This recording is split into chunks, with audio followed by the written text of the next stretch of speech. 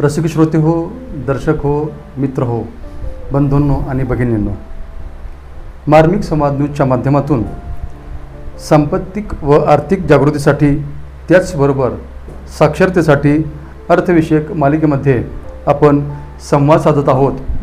पंढरपूरचे तज्ज्ञ असे कर सल्लागार, उच्च शिक्षित असे कर सल्लागार, अनुभव संपन्न असे कर सल्लागार माननीय प्राध्यापक श्री पवन शाह यांच्याशी. पवनजी, या अर्थविषयक मालिकेमध्ये आमचा 8वा प्रश्न तुम्हाला असा असेल, एखादी व्यक्ती किंवा एखादी संस्था यांना व्यवसायासाठी भांडवल उपलब्ध करावे, नियोजन करावे व त्यासाठी शासकीय योजनांचा लाभ कसा काय मिळू शकतो, तर ते जरा आमच्या दर्शकांना सांगा.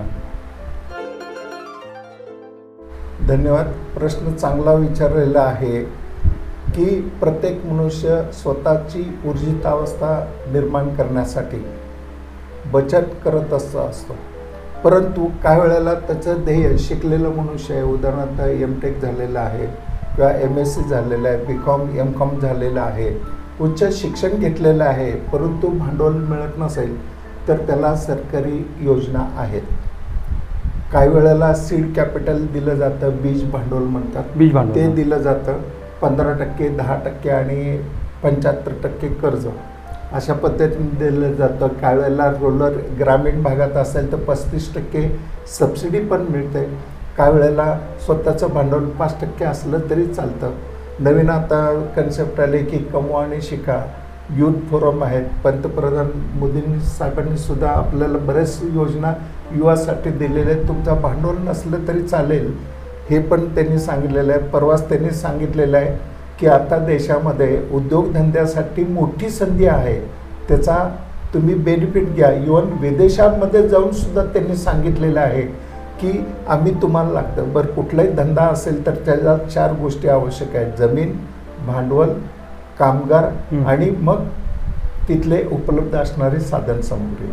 ह्या 4 गोष्टी अवलंबून आहेत. एकाची जरी कमतरता असली तरी सुद्धा तुमचा व्यवसाय चालत नाही. मग त्यासाठी गव्हर्नमेंटकडनं कर्ज वगैरे घ्यायचे असेल तर मग आम्ही तुम्हाला प्रोजेक्ट रिपोर्ट करून देतो. गव्हर्नमेंटकडनं सबसिडी सँक्शन करून घेण्याचा प्रयत्न करतो. सरकारकडनं काही वेळेला आपल्याला आव्हान आलेलं असतं. आता उदाहरणार्थ महाराष्ट्राचे मुख्यमंत्री फॉरेनला जाऊन आले, त्यांनी 4,50,000 कोटीची गुंतवणूक आणलेली आहे. त्यामध्ये त्यांनी लिस्ट पण दिलेली की ह्या विदेशी कंपन्या आणलेल्या आहेत आणि देशाचं अर्थचक्र जे आहे ते महाराष्ट्र पहिल्यांदा आहे विकसित ह्याच्यामध्ये भांडवल आणण्यामध्ये. ह्या पण गोष्टी सांगितलेल्या आहेत. म्हणून भांडवल मिळणार आहे, पण तुमचं कुवत आणि आर्थिक कमकुवत असलं तरीसुद्धा गव्हर्नमेंट सरकार तुम्हाला सहाय्य करत आहे. पण तुमच्या मनात जिद्द पाहिजे की मी हा धंदा उभा केलेला आहे, तो मला यशस्वी करून दाखवायचा आहे, तरच तो यशस्वी उद्योग होतो. काही जणांची प्रवृत्ती असते सरकारकडनं सबसिडी घ्यायची, हे घ्यायची आणि 2-4 महिन्यांनी तेच पुन्हा ते सगळं बुडवून टाकायचं आणि बाजूला व्हायचं, कर्जबाजारी आहे म्हणून दाखवायचं. ही प्रवृत्ती नको, दिवाळखोरी दाखवायची, ही प्रवृत्ती नको आहे. म्हणून सल्लागारांचं आवश्यक आहे. महत्त्व त्याच्याकरता महत्त्व आहे की योग्य नियोजन करणं, योग्य दृष्टिकोनातून प्लॅनिंग करणं, पैशाचं नियोजन करणं, भांडवलाचं नियोजन करणं. जमीन जरी उपलब्ध असेल तर त्या जमिनीचं सुद्धा नियोजन करणं हे महत्त्वाचं आहे. लेबर जरी असेल तर कमी लेबरमध्ये जास्तीत जास्त कसं आउटपुट काढता येईल, म्हणजे श्रम आवर्स म्हणतो ते कसं आउटपुट करून घेता येईल, यासाठी प्रायव्हेटमधल्या ज्या कंपन्या आहेत ते फार सक्षमपणे चालतात. सरकारच्या ह्याच्यामध्ये आत्ताच सरकार त्याच्यामध्ये योग्य त्या पद्धतीने नियोजन करायला लागले. नाहीतर पूर्वीच्या काळी सरकारी यंत्रणा किंवा सरकारी कंपन्या असेल तर ते डबघाईच गेलेल्या पाहायला मिळतात. काही कारणामुळे भ्रष्टाचार असेल किंवा नियोजन नीट नसेल, अशा पण गोष्टी होऊ शकतात. ते होऊ नये म्हणून योग्य व्यक्तीची योग्य कारणासाठी निवड करणं आणि त्याच्यातून तुम्ही तुमचं स्वतःचे नियोजन करून व्यवसाय करणं आणि यशस्वी करून दाखवणं हे महत्त्वाचं आहे. त्यासाठी आपण आर्थिक आणि बचतीची जागृती करण्याचा एपिसोड तो आपण जो घेतलेला आहे त्याबद्दल मी आपले धन्यवाद. मग पवनजी, आता तुम्ही जी सेवा करता, लोकांचं तुम्ही काम करता, अर्थविषयक सल्ला देता, मग तुमचं काम फक्त पंढरपूरपुरतं आहे का सोलापूर जिल्ह्यापुरतं आहे का महाराष्ट्रभर आहे?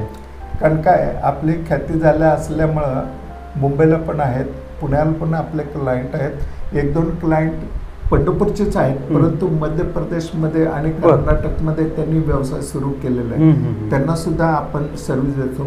माझा मुलगा CA झालेला असल्यामुळं त्याच्या माध्यमातून अक्षय भैया त्याच्या माध्यमातून सुद्धा आम्ही सगळ्याला सर्व्हिस देत असतो. आणि सर्व्हिस असल्यामुळं आमच्या ऑफिसला बोर्ड लावला नसला तरी सुद्धा आमचा व्यवसाय व्यवस्थित चालतो.